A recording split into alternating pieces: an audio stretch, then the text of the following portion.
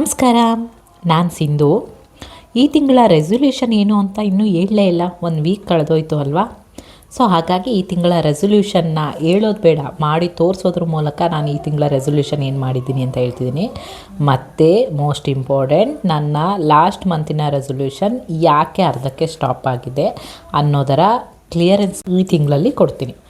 ಈ ತಿಂಗಳ ರೆಸೊಲ್ಯೂಷನ್ ಅಂತ ಹೇಳ್ಬಿಟ್ಟು ಅಲ್ಲೇನೋ ತೋರಿಸಿದ್ರು ಕಿಡ್ಸಿಂದು, ಇಲ್ಲೇನೋ ಫ್ರಿಜ್ ತೋರಿಸ್ತಿದ್ದಾರೆ ಅಂತ ಯೋಚನೆ ಮಾಡ್ತಿದ್ರಾ? ಹೆಣ್ಣು ಮಕ್ಕಳ ಜೀವನದ ರೆಸೊಲ್ಯೂಷನ್ ಏನು ಹೇಳಿ? ಮನೇನ ಸ್ವಚ್ಛವಾಗಿ ಚೊಕ್ಕಟವಾಗಿ ಇಟ್ಕೋಬೇಕು ಅನ್ನೋದೇ ನಮ್ಮ ಆಜನ್ಮ ಸಿದ್ಧ ಹಕ್ಕು ಅಲ್ವಾ. ಸೊ ಅದನ್ನೇ ನಾನು ಈ ಮಂತಿನ ರೆಸೊಲ್ಯೂಷನ್ ಆಗಿ ತೊಗೊಂಡಿದ್ದೀನಿ. ನಾವು ಮನೇಲೆಲ್ಲ ಕ್ಲೀನಿಂಗ್ ಮಾಡ್ತೀವಲ್ಲ, ಈ ಕ್ಲೀನಿಂಗ್ನೇ ರೆಸೊಲ್ಯೂಷನ್ ಆಗಿ ತೊಗೊಳ್ಲಿಕ್ಕಾಗತ್ತಾ ಅಂತ ನೀವು ಅನ್ಕೋತಿದ್ದೀರಾ ಅಂತ ನನಗೆ ಗೊತ್ತು. ಇದು ನನ್ನ ಈ ತಿಂಗಳ ರೆಸೊಲ್ಯೂಷನ್ ಹೌದು. ಯಾಕಂದರೆ ಸ್ವಚ್ಛವಾಗಿದ್ರೇ ಅಲ್ವಾ ಎಲ್ಲ ಚೆನ್ನಾಗಿರೋದು. ಫ್ರಿಜ್ ಕೂಡ ತುಂಬ ಗಲೀಜಾಗ್ಬಿಟ್ಟಿತ್ತು. ಸೊ ಡೀಪ್ ಕ್ಲೀನಿಂಗ್ ನಡೀತಾ ಇದೆ. ಇದು ಈ ತಿಂಗಳ ರೆಸೊಲ್ಯೂಷನ್ ಆಫ್ ಡನ್ ಆಯಿತಾ. ಇನ್ನು ಇದನ್ನು ಕೂಡ ನಾನು ಅವಲ್ಲೇ ತೋರಿಸಿದ್ನಲ್ಲ, ಕಿಡ್ಸಿಂದು ಒಂದಷ್ಟು ಬಾಕ್ಸ್ಗಳೆಲ್ಲ ಇತ್ತು. ಆ ಬಾಕ್ಸ್ಗಳೆಲ್ಲ ಏನು ಅಂತ ನೆಕ್ಸ್ಟ್ ತೋರಿಸ್ತೀನಿ. ಆ ಬಾಕ್ಸ್ಗಳಿದ್ದ ಜಾಗಕ್ಕೆ ನನ್ನ ಪ್ರಾಡಕ್ಟ್ಸ್ ಏನಿತ್ತು ಆ ಪ್ರಾಡಕ್ಟ್ಸ್ ರೆಡಿ ಆಗಿರೋದನ್ನೆಲ್ಲ ನೀಟಾಗಿ ಅಸೈನ್ ಮಾಡ್ಕೊಂಡಿದ್ದೀನಿ. ನೀಟಾಗಿ ಎಲ್ಲ ರೆಡಿ ಆಗಿದೆ. ಇದಿಷ್ಟು ರೆಡಿ ಆದಮೇಲೆ ಈ ಕ್ಲೀನಿಂಗ್ನೇ ರೆಸೊಲ್ಯೂಷನ್ ಅಂತ ಅನ್ಕೋತೀರಾ ಅನ್ನೋದಾಯಿತು ಅಂದರೆ ಖಂಡಿತವಾಗ್ಲೂ ಇಲ್ಲ. ಈ ಕ್ಲೀನಿಂಗ್ ಒನ್ ಪಾರ್ಟ್ ಆಫ್ ಇತ್ತು ಅಂದರೆ ಇನ್ನೊಂದು ಪಾರ್ಟ್ ಆಫಲ್ಲೇ ನನ್ನ ಅವಲೇ ನೋಡಿದ್ರಲ್ಲ, ಅದು ಸರ್ಟಿಫಿಕೇಟ್ ಬಂದುಬಿಟ್ಟು ನಂದು FSSAI ಲೈಸೆನ್ಸು. ಸೊ ಒಂದಷ್ಟು ಕಾರ್ಯಗಳು ಕೆಲಸಗಳು ನಡೀತಾ ಇದೆ. ಇದೆಲ್ಲ ಒಂದು ಆನ್ಲೈನಲ್ಲಿ ನಾನು ಶಾಪ್ ಮಾಡಿರುವಂತಹ ಪ್ರಾಡಕ್ಟ್ಸು. ಇಷ್ಟು ಪ್ರಾಡಕ್ಟ್ಸ್ಗಳ ಇನ್ ಡೀಟೇಲ್ ವೀಡಿಯೋಸ್ ಇನ್ ಫ್ಯೂಚರಲ್ಲಿ ಮಾಡಲಿಕ್ಕೆ ಟ್ರೈ ಮಾಡ್ತೀನಿ.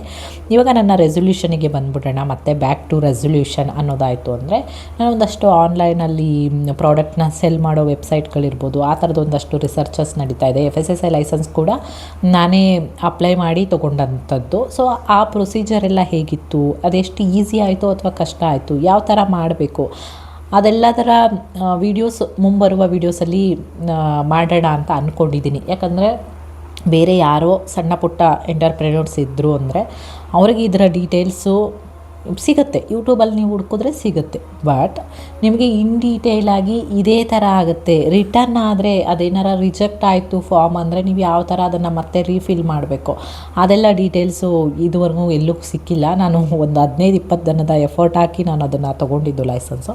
ಸೊ ನಾನು ಅಷ್ಟು ಎಕ್ಸ್ಪೀರಿಯನ್ಸ್ನ ನಾನು ನಿಮ್ಮೊಟ್ಟಿಗೆ ಶೇರ್ ಮಾಡಿದ್ರೆ ಬೇರೆ ಯಾರಿಗಾದರೂ ಹೆಲ್ಪ್ಫುಲ್ ಆಗ್ಬೋದು ಅಂತ ಹೇಳಿ, ಮತ್ತು ನನ್ನ ಪ್ರಾಡಕ್ಟ್ಸ್ನ ಆನ್ಲೈನಲ್ಲಿ ಸೆಲ್ ಮಾಡಬೇಕು ಅಂತ ಅಂದ್ಕೊಂಡಿದ್ದೀನಿ ಅಂತ ಹೇಳಿದ್ನಲ್ಲ. ಸೊ ಅದರ ರಿಸರ್ಚಸ್ ಕೂಡ ನಡೀತಾ ಇದೆ. ಸೊ ಅದೆಲ್ಲದರ ಇನ್ ಡೀಟೇಲ್ ಈ ಫೆಬ್ರವರಿ ಒಳಗಡೆ ಮುಗಿಸಿದ ನಂತರ ಇದರ ಬಗ್ಗೆ ವೀಡಿಯೋಸ್ನ ನಾನು ಅಪ್ಲೋಡ್ ಮಾಡಬೇಕು ಅನ್ನೋದೇ ಈ ತಿಂಗಳ ರೆಸೊಲ್ಯೂಷನ್.